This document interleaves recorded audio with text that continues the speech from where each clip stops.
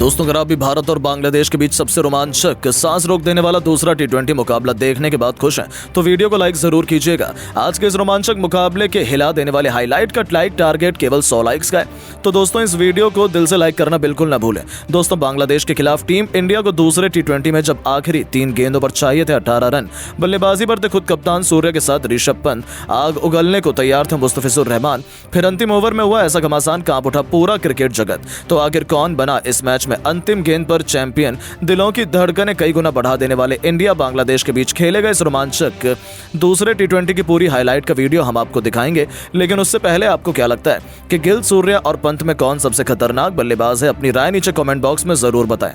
दोस्तों, जब विश्व क्रिकेट की दो सबसे बड़ी टीमें बांग्लादेश और भारत एक दूसरे के आमने सामने हो, तब मुकाबले में रोमांच तो पहले ही अपनी सारी हदों को पार कर चुका होता है। ऐसा ही हमें एक बार फिर देखने को मिला, जहां पहले के बाद भारत और बांग्लादेश के बीच 3 मैचों की टी20 सीरीज का दूसरा टी20 मुकाबला आज मुंबई के वानखेड़े स्टेडियम में आयोजित किया गया।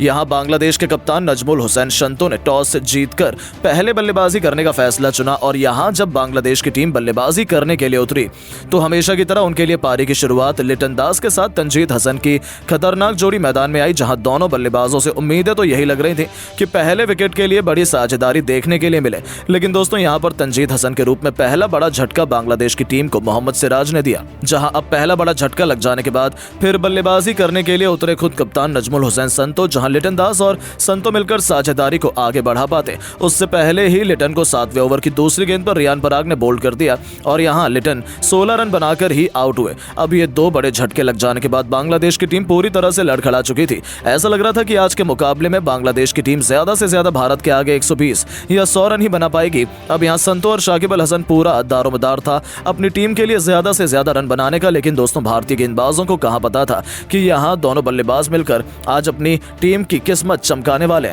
जी हां दोस्तों, हुआ यह कि संतो ने ताबड़तोड़ बल्लेबाजी अपनी जैसी जारी रखी, उसी तरह का ढंग शाकिब ने भी दिखाया, जहां दोनों बल्लेबाजों ने मात्र 37 गेंदों में ही 72 रन की साझेदारी कर डाली।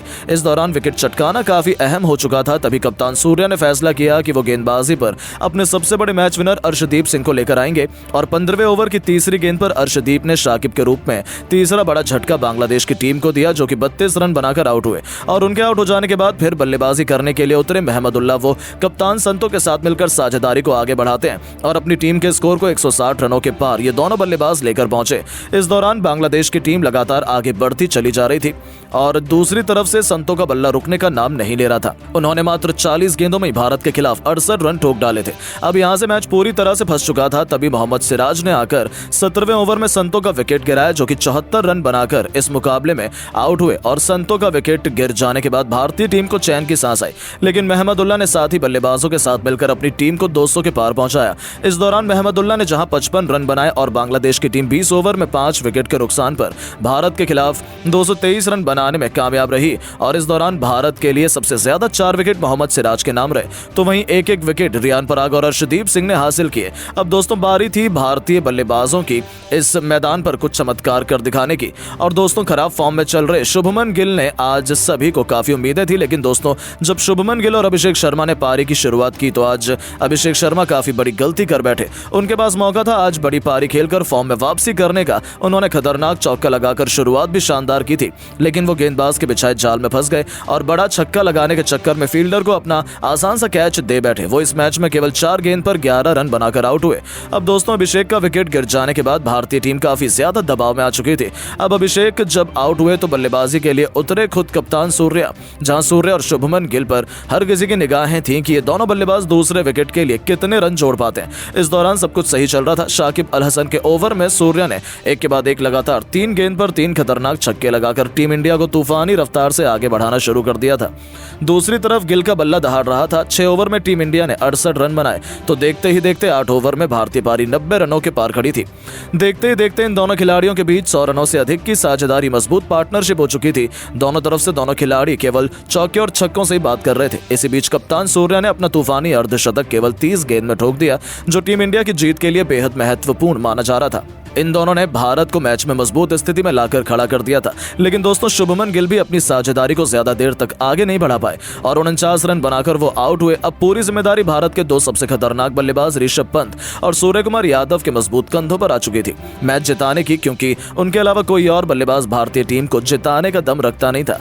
अब दोस्तों यहाँ ऋषभ पंत ने भी आते ही अपने विस्फोटक अंदाज में एक तरफ से बांग्लादेशी गेंदबाजों की बेरहमी से कुटाई करनी शुरू कर दी। दोनों मिलकर साझेदारी को आगे बढ़ाते हुए अंतिम ओवर तक ले जाते हैं, जहां सबसे खास बात तो ये थी कि सूर्यकुमार यादव आज कमाल की लय में नजर आ रहे हैं और उन्हें रोक पाना आज किसी भी गेंदबाज के बस की बात नहीं हो पा रही थी। यहां तक कि ऋषभ पंत भी दूसरी तरफ खड़े खड़े केवल उनकी बैटिंग का आनंद उठा रहे थे। उन्होंने सबसे पहले तो मात्र 30 गेंद में अपना अर्धशतक पूरा किया और अर्धशतक जड़ने के बाद वो अपने शतक की ओर आगे बढ़ चले। इस दौरान अंतिम ओवर तक जब मैच पहुंचा तो भारत को मुकाबला जीतने के लिए 6 गेंदों में 21 रन की दरकार थी। अब स्ट्राइक पर ऋषभ पंत थे। बांग्लादेश की तरफ से अंतिम ओवर लेकर आए थे मुस्तफिजुर रहमान।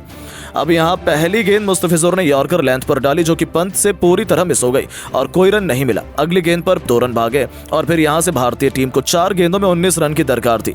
पंत अभी भी स्ट्राइक पर मौजूद थे और दोस्तों पंत शॉट लगाने की कोशिश तो बहुत कर रहे थे, लेकिन उनके बल्ले पर गेंद टच नहीं हो रही थी, जिसके चलते ये बांग्लादेश की टीम पूरी तरह से फुल फॉर्म में थी कि वही इस मुकाबले को जीतेंगे। लेकिन दोस्तों जैसे तैसे करके तीसरी गेंद को लेग साइड की तरफ खेलकर ऋषभ पंत ने 1 रन भाग लिया और अब स्ट्राइक पर आ गए हमारे सबसे बेस्ट अभी तक के फिनिशर खुद कप्तान सूर्या। जहां सूर्या को 3 गेंदों पर 3 तूफानी छक्के लगाने थे और तभी भारत टीम मुकाबला जीत पाती, क्योंकि 3 गेंदों पर 18 रन भारत को चाहिए थे। अब चौथी गेंद पर सूर्या ने सामने की तरफ छक्का जड़ दिया। 5वीं गेंद पर डीप कवर्स के ऊपर से एक और आसमानी छक्का जड़कर सूर्या ने भारतीय टीम को जीत की दहलीज पर पहुंचा दिया। अब एक गेंद शेष मात्र बची हुई थी और मैच जीतने के लिए 6 रन चाहिए थे। सूर्या बखूबी जानते थे कि मुस्तफिजुर वाइड यॉर्कर लेंथ डालने की कोशिश करेंगे और इसीलिए सूर्या ने पहले से ही अपनी आंखें जमा रखी थी और अपने बल्ले का परफेक्ट स्विंग दिखाते हुए उन्होंने डीप मिड विकेट के ऊपर से महेंद्र सिंह धोनी के अंदाज में मैच विनिंग 6 ठोक दिया, जिसके चलते भारतीय टीम के होनहार बल्लेबाज सूर्या ने इस दौरान अपना शतक तो पूरा किया, साथ ही साथ 110 रन की उन्होंने पारी खेली और अपने शतक के साथ उन्होंने भारतीय टीम को मैच भी जिताया। बाकी इस मुकाबले में ऋषभ पंत के बल्ले से 35 रन निकले। हालांकि दोस्तों हम आपको बता दें कि भारत और बांग्लादेश के बीच खेला गया ये दूसरे T20 से ठीक पहले अभ्यास सत्र का मुकाबला था, जिसमें भारतीय टीम की जीत हुई। बाकी अब आप सभी की क्या राय है भारतीय टीम की ऐसी बल्लेबाजी और गेंदबाजी को देख लेने के बाद, और आप टीम इंडिया को 10 में से कितने नंबर देना चाहेंगे? अपनी राय नीचे कमेंट बॉक्स में जरूर बताएं और ऐसी शानदार खबरों के लिए चैनल को सब्सक्राइब जरूर करें। धन्यवाद।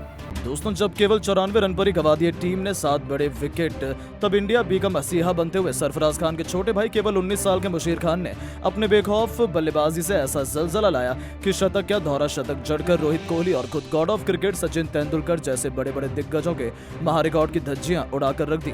तो आखिर कैसे मुशीर के तूफान में उड़ गई शुभमन गिल की कप्तानी वाली टीम इंडिया?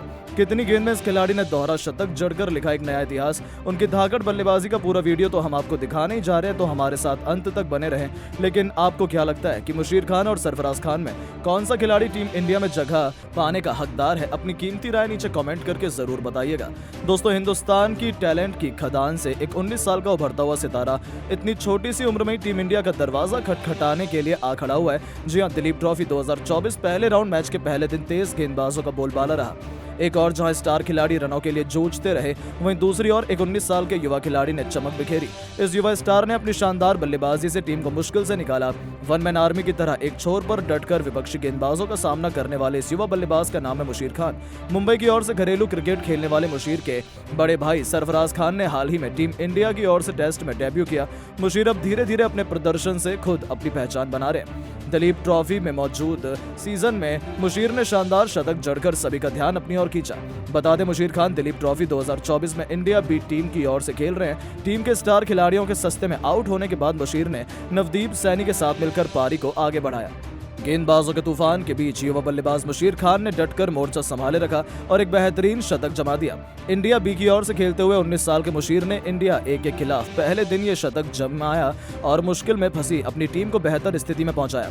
उनका ये शतक ऐसी स्थिति में आया जब ऋषभ पंत, यशस्वी जायसवाल और मुशीर के बड़े भाई सरफराज खान जैसे टीम इंडिया के बल्लेबाज सस्ते में आउट हो गए थे। खास बात यह है कि दिलीप ट्रॉफी में मुशीर का ये डेब्यू मैच था और उसमें ही उन्होंने ये शतक जमा दिया। दरअसल बेंगलोर के एम चिन्नास्वामी स्टेडियम में शुरू हुए इस मुकाबले में टीम बी पहले बल्लेबाजी करने उतरी। शुभमन गिल की कप्तानी वाली इंडिया ए के तेज गेंदबाजों की असरदार गेंदबाजी देखने को मिली। आकाशदीप, आवेश खान और खलील अहमद ने पूरे टॉप और मिडिल ऑर्डर को दहला दिया।